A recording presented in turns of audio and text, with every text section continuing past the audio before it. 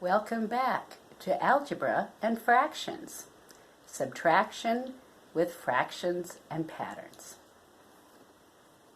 You'll remember when we talked about addition of fractions, we created a pattern. When we created the pattern, we needed to see the pattern by using symbols. We used these letters A, B, and C. We replaced each of the digits in the numerator and in the denominator with symbols to help us see the pattern. And when we were done, we had an algebra equation, one that we could use to solve problems. This was the fraction pattern we found for addition. We will find now the fraction pattern for subtraction. When we look at subtraction, it's important to note something regarding the symbols. They look similar, but if you look closely, you will see that there are two lines here. That means that these two smaller amounts will come together to form a larger amount. When you see this symbol, something is being taken away. A larger amount is being separated into two smaller amounts. Today we're going to look at the fraction pattern in subtraction.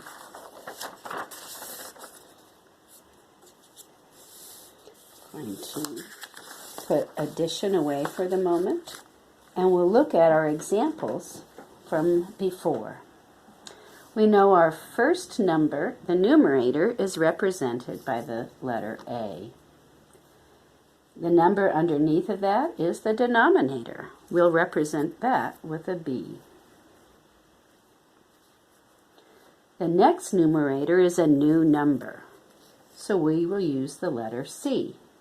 But it's the same denominator.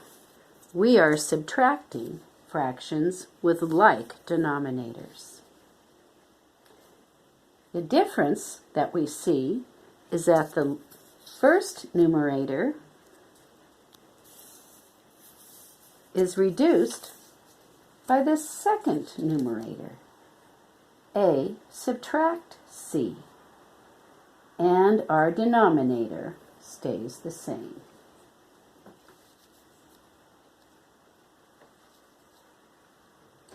For the materials that we've been using, we need to understand that in this example, A must be larger than C. Let's see if this pattern holds true for our next example. Again, I see all three denominators are the same. My first numerator, take away my second numerator, gives me the answer to the problem, or the difference between the larger amount and the smaller amount. Again, A is larger than C. Let's write down this pattern.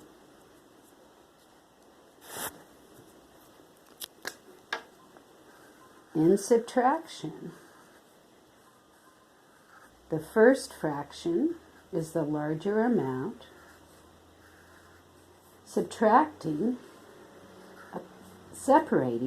a second fraction, and the difference between the two numerators, with the denominator staying the same, recognizing, of course, that A must be larger than C. You must start with a larger amount. Let's see if using this pattern will help solve a problem.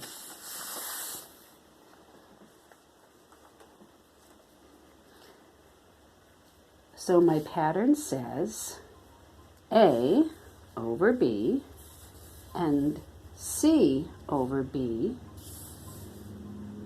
is going to equal A minus C over B. Let's go back to the mystery of the pizza.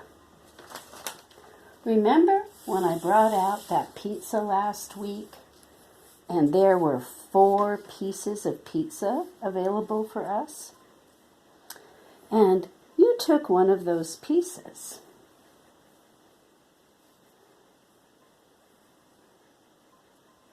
That meant there were 3 of those pieces left from the 4 that we started out with.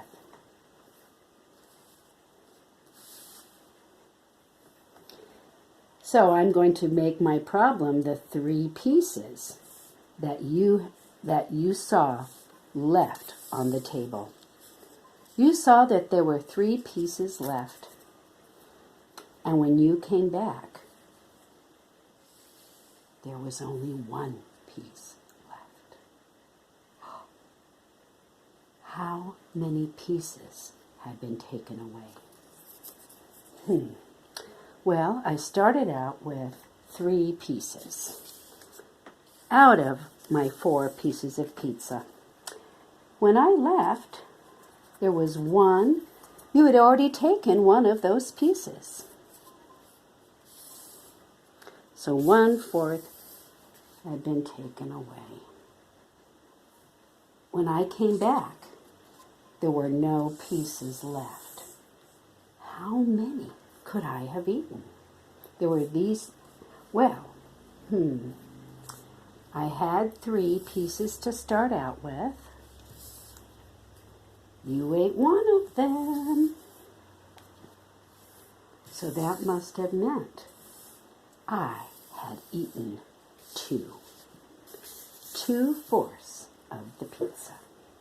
Because 3 minus 1 is 2. Wrap your mathematical mind around this subtraction fraction.